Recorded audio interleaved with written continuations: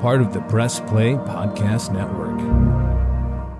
Look up in the sky. It's a bird. It's a plane. It's Superman. This is Jason J. Lewis, the voice of Superman on Justice League Action. This is Mark Wade, writer of Superman Burgoyne, and you're listening to the Krypton Report.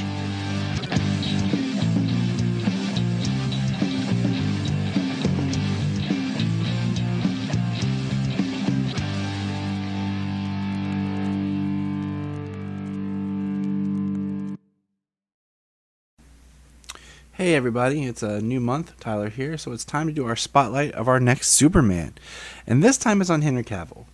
Henry Cavill is a British actor, first one that we've had playing Superman. He was born May 5th, 1983. Yes, I know, probably should have done this last month, but I've been doing this in order of appearance, more so than birth month or anything like that.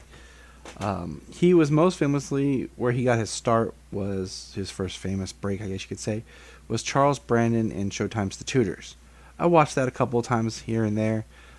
He is known mostly for playing Superman, Geralt of Rivia in Netflix's The Witcher, and Sherlock Holmes in Netflix's Enola Holmes. But his career began in Jania's favorite movie, The Count of Monte Cristo, where Superman plays the son of Jesus. And it's crazy to go back and watch that and see how young he is. So The Count of Monte Cristo in 2002, a film in 2003 called I Capture the Castle, which I have never, ever seen. He did Midsummer Murders, which I believe my mom has watched. Of course, The Tudors. And then he did Tristan and Isolde, which I've seen bits and pieces of with James Franco. It's from 2006. Stardust, which I have seen. He plays Humphrey, which he looks different in that, and I do own that one. That's when he fights Daredevil. Sandcastle in 2017, which I watched part of. I need to finish. I did first really watch, I went to see the film Immortals in 2011 when that was advertised and he was going to be the next Superman and all that. I had to see him in action. So I took Jania at the time to the theater. Cavill gained international recognition with his film as Superman. He went on to play Napoleon Solo in The Man from U.N.C.L.E., which I thoroughly enjoyed, and he was in Mission Impossible Fallout. In his early life, Cavill was born the fourth of 5 boys in a Roman Catholic family at St. Helier, Jersey, part of the Channel Islands. His mother was a secretary in a bank. She was born in Jersey and is of Scottish, English, and Irish heritage. His father, Colin Cavill, was born in Chester, England, and was a stockbroker. He was educated at St. Michael's Preparatory School in St. Sauveur, Jersey, before attending Stowe School in Stowe, Buckinghamshire. In 2020, while playing rugby, 16-year-old Cavill met actor Russell Crowe, who was shooting on location at Stowe for the film Proof of Life. The actor shared some acting tips and later sent a package to his boarding school. The two actors would later work together in Man of Steel. Interesting. Cavill began his film career in Laguna in 2001 and Kevin Reynolds' adaptation of The Count of Monte Cristo as stated in 2002. Let's see. Cavill, this is what's fun, had been set to play Superman in McGee's 2000 film Superman Flyby. McGee pulled out of the project, and the direction was taken over by Bryan Singer, who recast as Brandon Routh as the lead in what would become Superman Returns. There needs to be a documentary made about just the making of Superman Returns, about how you had Brett Ratner, McGee, and Bryan Singer all on this type project, and there's some stories about things taking here and there as far as the airplane scene. But anyways, Cavill was also the cause of a write-in effort from fans to see him cast as Cedric Diggory in Harry Potter, which, of course, that role was gone to Robert Pattinson. Stephanie Meyer, the author of Twilight series, was outspoken in favor of Cavill playing the character of Edward Cullen in the Twilight films, calling him the perfect Edward. However, by the time production of the film began, Cavill was too old to play the character, and again the role went to Pattinson. Despite reports that he was a contender for Batman and Batman Begins, Cavill confirmed that he never auditioned for nor was offered the role. In 2005, Cavill was a final choice for the role of James Bond in Casino Royale. The producers and director Martin Campbell were torn between him and Daniel Craig. Reportedly, Campbell supported Cavill, but the producers preferred an older Bond. Craig ultimately landed the role. 15 years later, in 2020, an artificial intelligence device chose Cavill as the optimal successor to Craig's Bond. It's crazy how close he was to so much, and frankly, you can kind of see his Bondishness in Napoleon Solo, and I think he would have been an amazing James Bond. While appearing in The Tudors, Cavill starred in director Joel Schumacher's horror film Blood Creek. Weird movie. Did see that because he was in it and Michael Fassbender's in it. He had a supporting role in Woody Allen's comedy film Whatever Works, which is hilarious because it has Larry David in it. He went to play the lead of Theseus in Taram Singh's mythological film Immortals, and starred alongside Bruce Willis in The Cold Light of Day, which I have seen. I've seen most all of his films. There are a few that I haven't.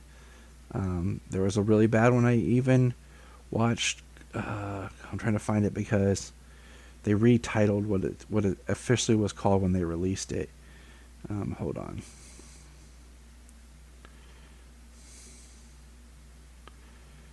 Where is it?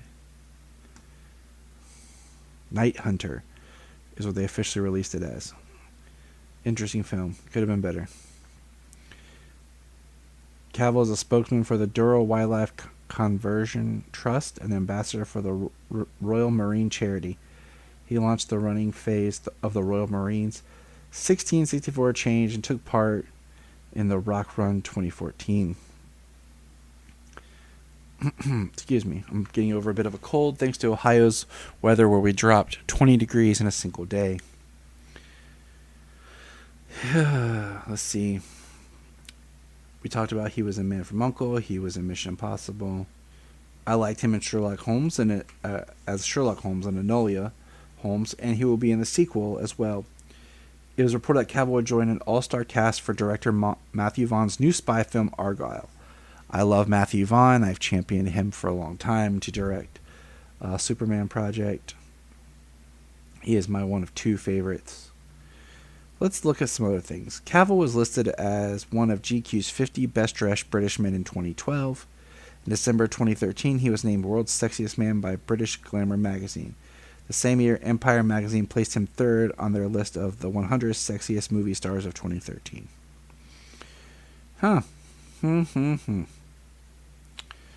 Let's see. This is always fun.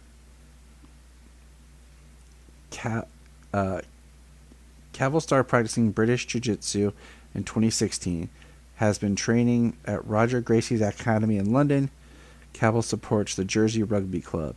He has been an avid PC gamer since childhood.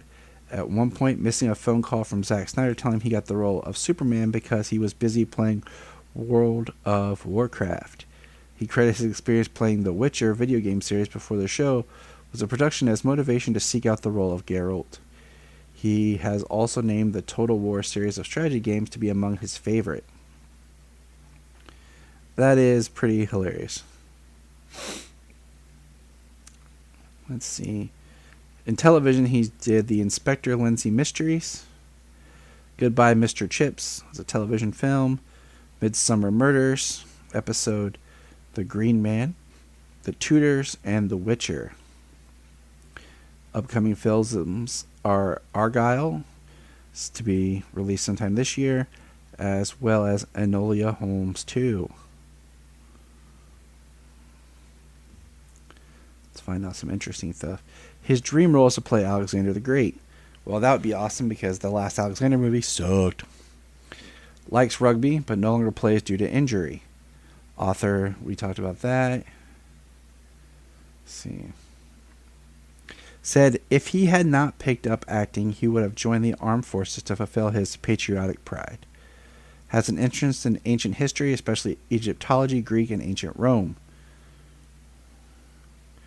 In the being cast as Superman In Man of Steel, he became the third British actor to play the lead role in a reboot of a successful screen adaptation of an American comic book series. Before him, Christian Bale and Andrew Garfield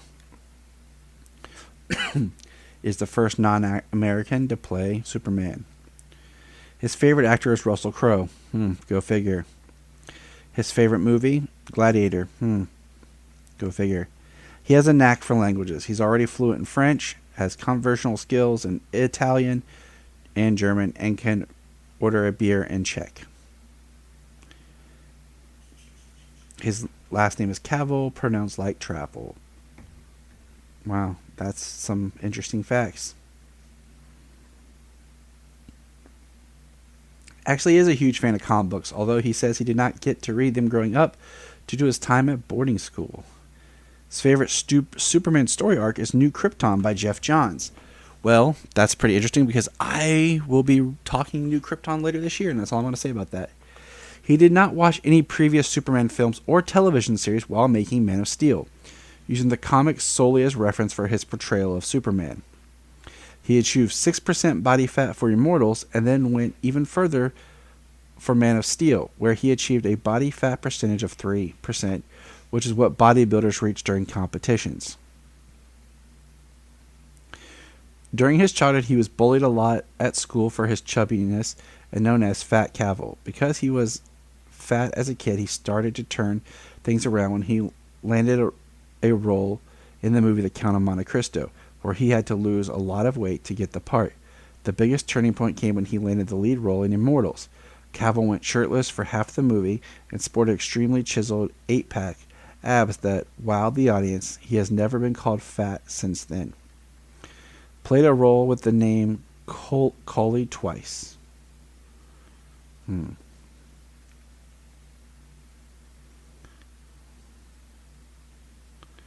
Is the first actor since Chris Reeve to play the role of Clark Kent Superman in more than one film. Well, yeah, there hasn't. Good friends with Luke Evans, Jason Momoa, and Armie Hammer.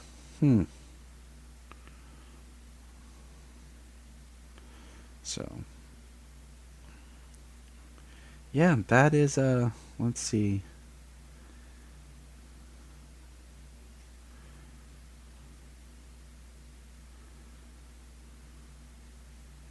Yeah, that is Henry Cavill in a nutshell. Just a quick kind of up to date on who he is playing Superman. He has definitely become one of the best Supermen and is loved by many. And that's where we're going to put a pin in it. So that's this month's Actor Spotlight. Look up in the sky. We just want to say if you've enjoyed this podcast, please check out other podcasts on the Press Play Podcast Network. Remember to check out Krypton Report on all social media platforms. Go to linktree.com/Krypton Report. You find all of our information right there. And if you want to keep Krypton from exploding, join our $1 a month Patreon. That's right, for $1 a month, you'll get extra special content that you don't get on the main show, like movie commentaries and whatever else comes out of our mouths. So check it out, patreon.com/Krypton Report. If you are like Tyler and James and can't get enough super talk, check out these other podcasts. Digging for Kryptonite, Supergirl Radio, The Last Sons of Krypton, The Superboy Legacy Podcast, All-Star Superfans, Superman the Animated Podcast, The Aspiring Kryptonians, Always Hold On to Smallville, Caped Wonder, The Geek of Steel, and Truth, Justice, and Hope Podcast. Hey, we're going to press pause and hear a few words from our other podcasts on Press Play Podcast Network. Hello, Brooks here with the Books with Brooks monthly book club podcast. Here's how Books with Brooks works. We read one book a month and then we talk about it. Classics like Stephen King's The Shining, debut novels like We Are the Brennans by Tracy Lang, and tons of other compelling, life-changing stories, one book and 1 month at a time.